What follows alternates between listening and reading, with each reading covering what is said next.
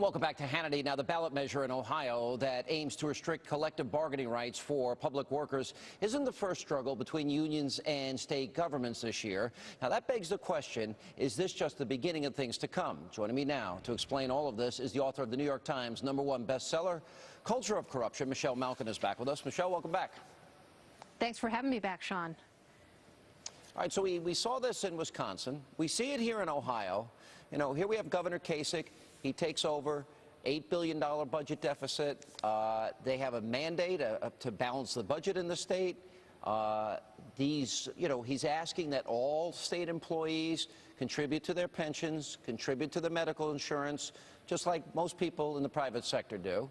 Unions, I talked to somebody, they're being bussed in some ways here, in some cases. It seems like it's an effective strategy. They throw millions and millions of dollars and they get what they want. Why does the public not see the need to balance the budget first? Well, I think the fact that John Kasich was elected and that his mandate for change, to borrow a phrase, was supported by a majority of voters there, and the fact that you have fiscally responsible adults in the Ohio Republican Party who are trying to do something to save Ohio's future for the next generations there, tells you that what's really happening here is that you have astroturfing, D.C.-based national big labor organizations that are fighting for their self-preservation.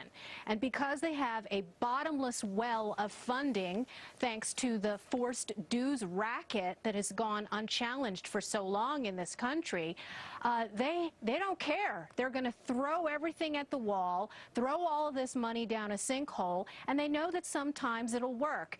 Of course, the intimidation and the thug tactics that we saw in Wisconsin were just a warm-up.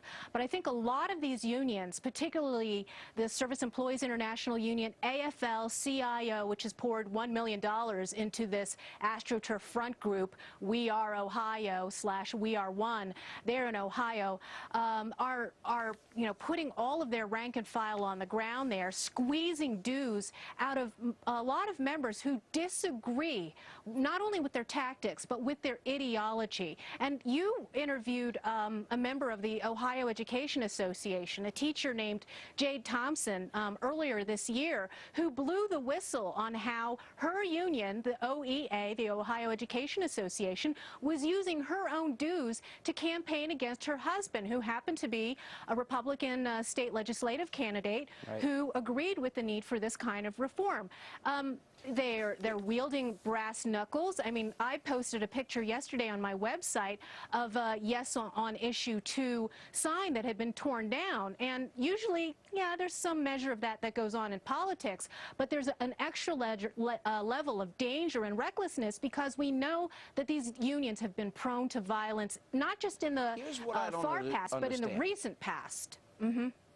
I don't understand why rank and file aren't more angry that their hard-earned money, their dues, literally go to unions, and then that money's often spent, you know, on politicians, on campaigns, on parties that they don't support. You know, why isn't there more anger towards union leadership? Why isn't there more anger in the case like of Washington? They misappropriate our funds. You know, Solyndra, SunPower, you know, the Finland electric car company. I don't understand. Occupy Wall Street. Why not occupy 1600 Pennsylvania Avenue and say, hey, stop misappropriating money this way? Yeah, or Occupy SEIU or the National Education Association, which in 2009-2010 collected $13 million in dues and squandered it on every left-wing cause, from all of these progressive groups to Media Matters to the NAACP and Jesse Jackson's group, when we know that, I mean, there's pretty much an even political split among teachers' union ranks, just like there is in the rest of the country. So why is all of this money lost lopsidedly going to far left and Democrat causes? Well, it's because you've got all of these union fat cats who sit in these D.C. palaces, Taj Mahal palaces, collecting huge pensions and benefits. I mean, you want to talk about class warfare? How about aiming a little demagoguery at these big labor fat cats who are sitting pretty while there are all of these teacher layoffs going on across the country, all of these hurt in these school districts because of bad decisions, bad hiring rules, rules that protect the incompetents and the people who can't do their job in the classroom.